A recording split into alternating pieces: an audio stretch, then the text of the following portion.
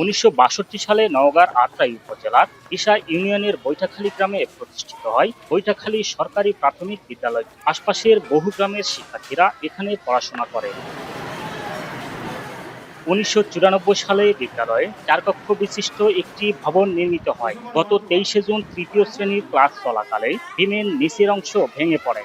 এতে 2 শিক্ষার্থী গুরুতর আহত হয়। পরে ঊর্ধ্বতন কর্তৃপক্ষের নির্দেশে ভবনটি পরিত্যক্ত ঘোষণা করা হয়।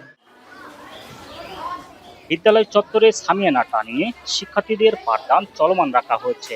এদিকে সন্তানদের স্কুলে পাঠিয়ে দুশ্চিন্তায় থাকেন অভিভাবকরা। ঊর্ধ্বতন কর্তৃপক্ষকে বিষয়টি একাধিকবার জানানো হলেও মেলেনি সমাধান। দুজন বন্ধুর মাথায় সিমেন্ট পড়ছিল, তারপরে ওরা আহত হয়েছিল। যখন বৃষ্টি হয় তখন পাঠদানের ভিতরে পুরো ভিজে যায়। বিল্ডিংটা তাড়াতাড়ি হওয়ার দরকার। কখন কি ধরেন দুর্ঘটনা ঘটে যায়। শ্রেণীকক্ষের অভাবের জন্য আমরা যথার্থ পাঠ দিতে পারি না। সামিয়ানার নিচে ক্লাস করতে আমাদের সমস্যাই হচ্ছে।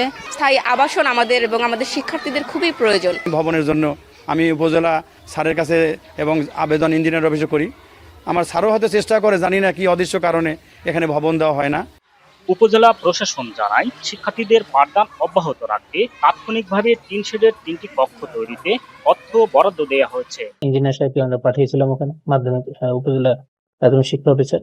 তো যখন এটা পরিত্যক্ত বা ব্যবহারের অনুপযোগী হওয়ার কারণে আমরা এটাকে কন্ডেম ঘোষণা করি এবং এটা ওখানে আর কোনো ধরনের পাঠদান বন্ধ ঘোষণা করা হয়। আমরা মন্ত্রণালয়ের সাথে যোগাযোগ করছি শিক্ষা দপ্তরের মাধ্যমে যে যত দ্রুত সম্ভব ওখানে একদিনের ভবনটা করা হয়। উপজেলা শিক্ষা অফিসের তথ্য মতে এই উপজেলায় 130টি প্রাথমিক বিদ্যালয় রয়েছে। প্রাথমিকভাবে একটি বিদ্যালয়ের ভবন পরিত্যক্ত ঘোষণা করা হয়েছে। ঝুঁকিপূর্ণ চিহ্নিত করা হয়েছে আরও 42টি। আব্বাস আলী, এখন নওগাঁ।